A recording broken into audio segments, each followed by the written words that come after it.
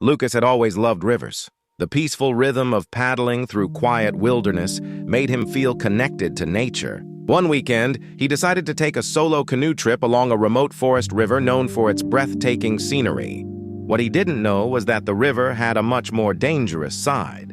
While paddling downstream, Lucas heard a distant roar ahead. At first, it sounded like wind, but as the sound grew louder, he realized the truth. Rapids, powerful whitewater rapids. Before he could steer away, the current pulled him straight toward them. The canoe slammed against a hidden rock. In seconds, the boat flipped. Lucas was thrown into the freezing water. By the time he surfaced and reached the riverbank, the current had already carried his canoe far downstream. His supplies were gone. His map was gone. And his only way of traveling the river had disappeared. Lucas stood on the muddy riverbank, watching helplessly as his canoe vanished around the bend. The forest around him stretched for miles. There were no roads, no houses, just endless wilderness. He was completely alone. Panicking would only waste energy. Lucas knew rivers always lead somewhere, usually toward larger rivers or settlements. If he followed the riverbank, he might eventually find help. It would be slow and difficult, but it was his best chance. The riverbank was rough and uneven. Fallen trees blocked the path.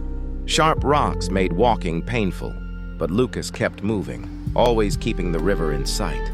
The same river that had taken his canoe was now guiding him forward. As darkness fell, Lucas built a small shelter using branches and leaves.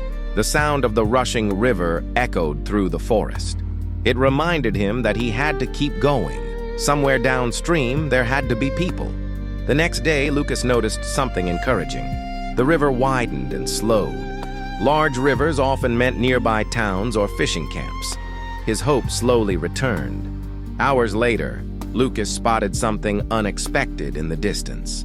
A thin column of smoke rising above the trees. Smoke meant one thing: people. Lucas hurried toward the smoke and soon reached a small riverside fishing camp. Two fishermen looked up in surprise as the exhausted traveler approached. "What happened to your canoe?" one of them asked. Lucas smiled weakly. "The river took it." The fishermen gave him warm food and water before taking him back to the nearest town by boat. Lucas finally relaxed as the boat moved peacefully down the same river that had nearly stranded him forever. Later, Lucas told people about his survival experience. He learned something important that day. Nature can be unpredictable, but sometimes the same force that causes trouble can also guide you back to safety. If you enjoyed this incredible survival story,